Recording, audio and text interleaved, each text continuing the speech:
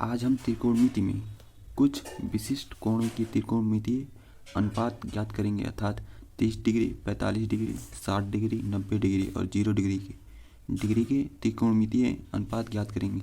हम सबसे पहले 45 डिग्री के त्रिकोणमितीय अनुपात ज्ञात करें तो यहाँ पर हम 45 डिग्री कब बनेगा, जब यदि यह एक समकोण त्रिभुज हो, समकोण त्रिभुज में यह डिग्री 90 होता है, और यदि हम इसे 45 डिग्री लें तो 45 डिग्री लेंगे तो यहाँ पर 45 डिग्री बचेगा, क्योंकि तीनों कोणों का योग 180 होता है। तो यह 90 या 45, तो ये भी 45 होगा, अर्थात इस कोण के सामने की भुजा ये और इस कोण के सामने की भुजा ये दोनों बराबर होंगे।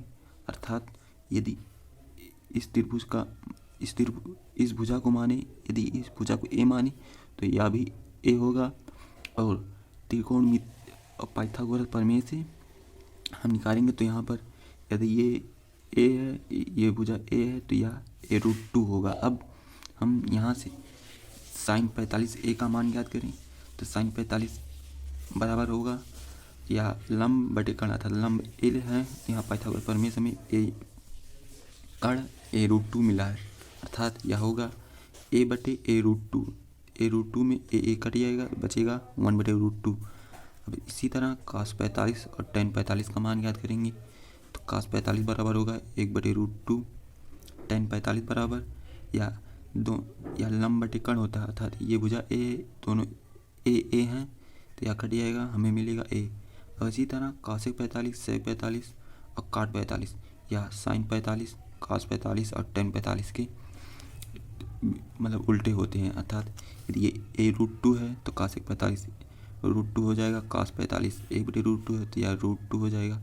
इसी तरह tan 45 1 है, इसे 1/1 लिखेंगे तब भी यह 1 होगा। अब इसी तरह 30 और 60 डिग्री का त्रिकोणमितीय अनुपात ज्ञात करेंगे तो यहाँ पर यदि यह एक समबाहु त्रिभुज है, समबाहु त्रिभुज में यदि तीनों कोण बराबर होते हैं, अर्थात 60-60 डिग्री के होते हैं। अब यहाँ से हम यदि इस शीर्ष से एक लंब खींचें तो यह 90 डिग्री होगा, तो यह 60 डिग्री दिया तो यह 30 डिग्री होगा। अब इसी तरह sin 30 डिग्री का मान ज्ञात करेंगे तो यहाँ पर हमें sin 30 बराबर 1/2 मिलेगा, cos 30 बराबर √3।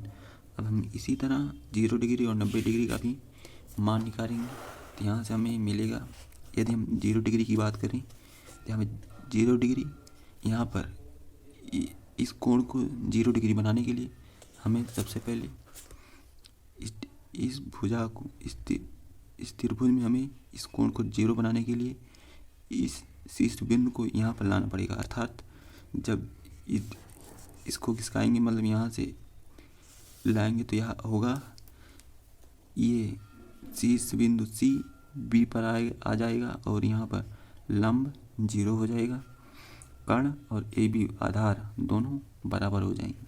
तो हम यहाँ से हमें sin 0 बराबर 0 मिलेगा, cos 0 बराबर 1। और हम साड़ी के माध्यम से इस 0 डिग्री, 30 डिग्री, 45 डिग्री, 60 डिग्री और 90 डिग्री का मान ज्ञात करेंगे। तो यहाँ पर sin 0 बराबर, यदि sin 0 डिग्री है तो यह उसका मान 0 होगा, यदि cos 0 लें तो यह 1 होगा, और tan 0 लें तो यह 0 होगा।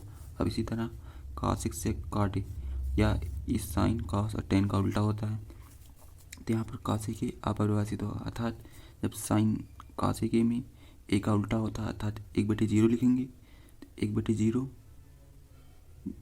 या इनफाइनाइट होता है, अर्थात मतलब 0 का 1 में भाग नहीं दिया जा सकता।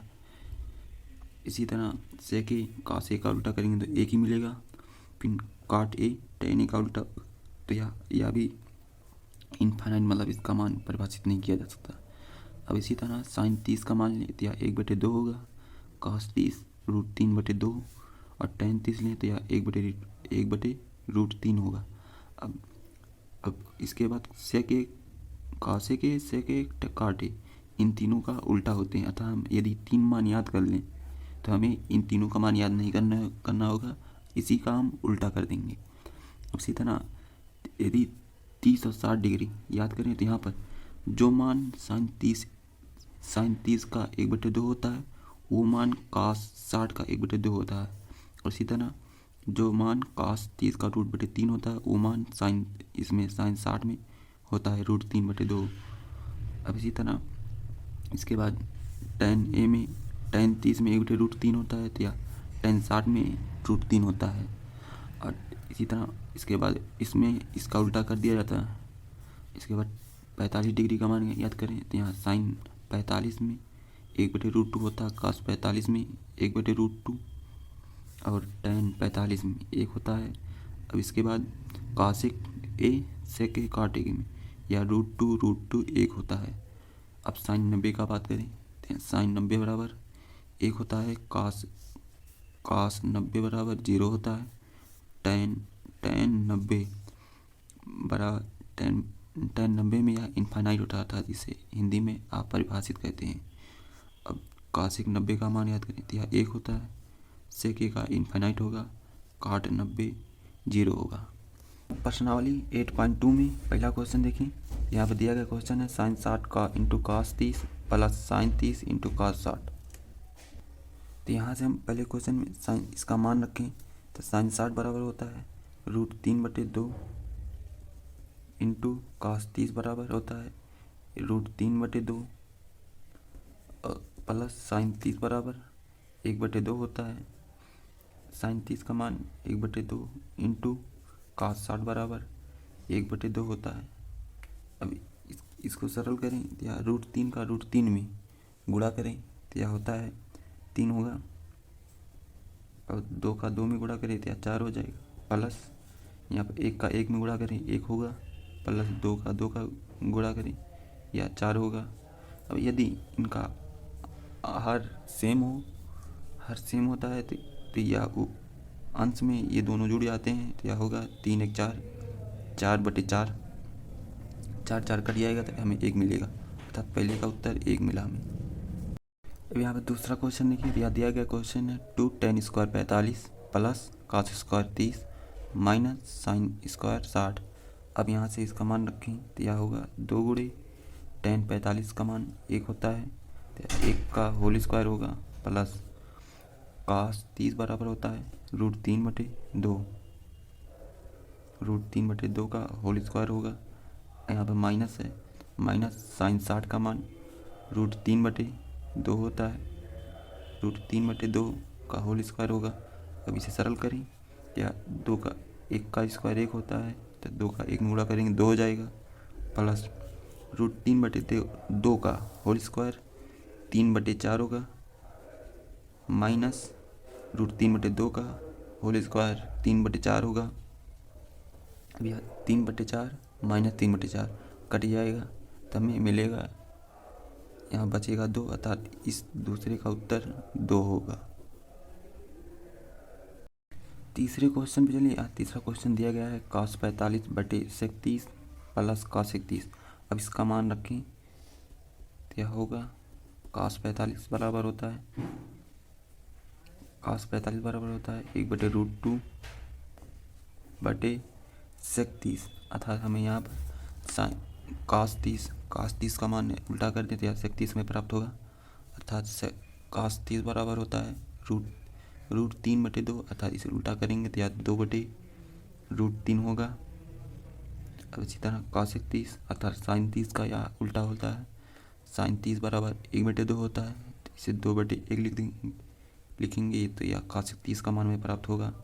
अब इसे सरल किया जाए तो अंश में 1 बटे रूट 2 ही रहेगा, प्लस हर में अब इन रूट 3 और 1 का लासा लें तो यह रूट 3 होगा, प्लस अब रूट 3 का रूट 3 में भाग दें तो 1 प्राप्त होगा, 1 का 2 में गुणा करें तो 2 होगा, 1 का रूट 3 में भाग दें तो हमें रूट 3 मिलेगा, और रूट 3 का 2 में गुणा करें तो यह होगा 2 रूट 3।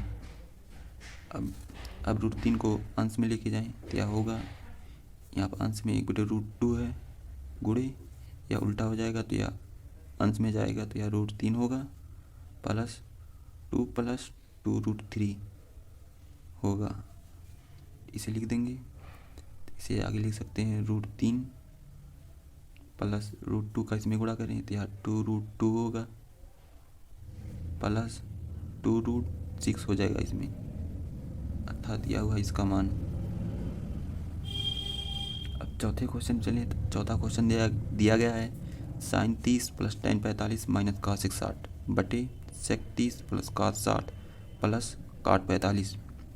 हम यहाँ से तो इसका मान रखें, हम मान रखेंगे तो यह होगा चौथे क्वेश्चन में साइन 30 बराबर यहाँ पर 1/2 होगा प्लस टेन 45 बराबर 1 cos 160 बराबर, अर्थात cos 160 या साइन 60 का उल्टा होगा। तो साइन 60 बराबर होता है √3/2, तो √3/2 को 2/√3 लिख सकते हैं।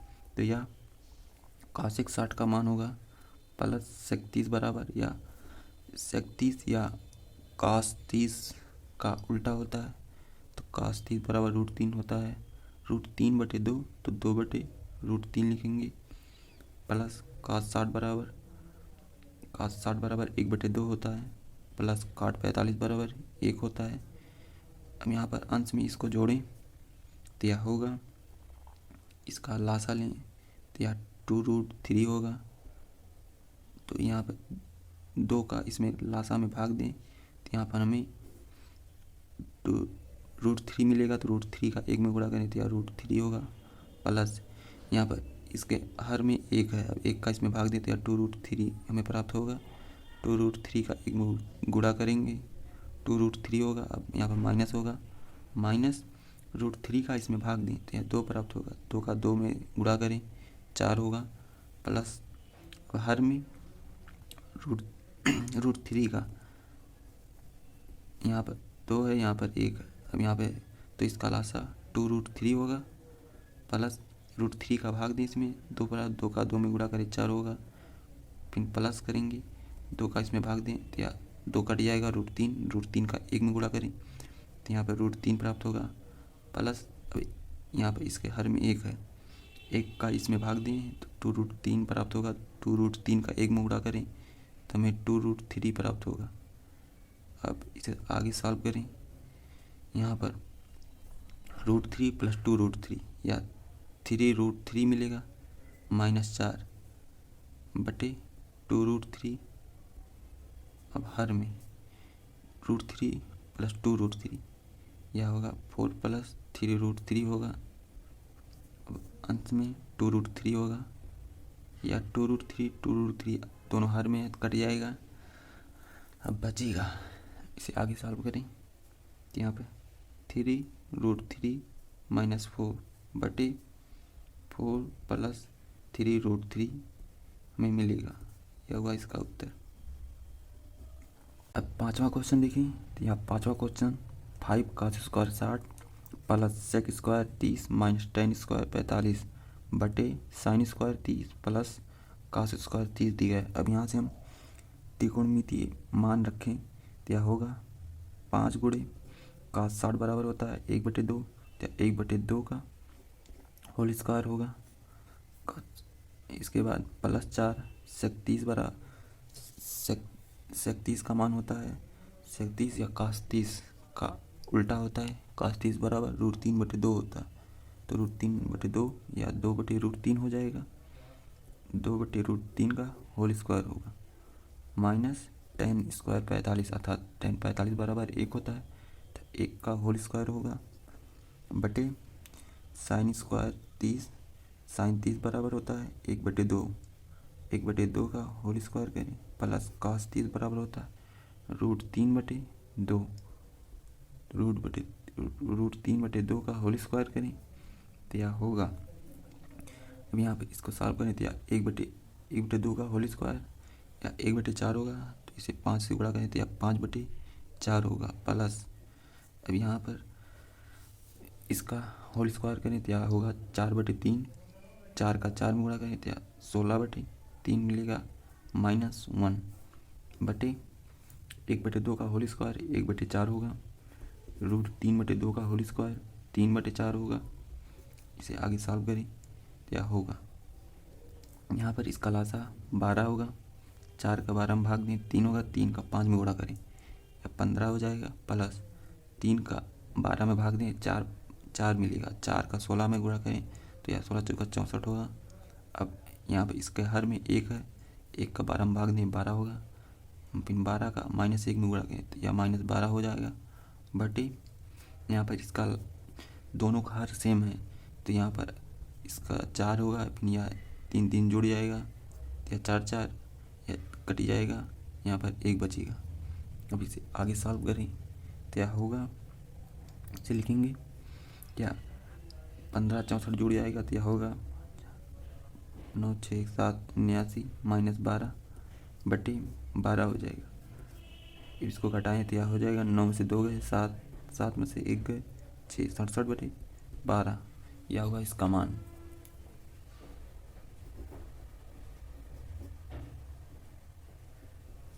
बोल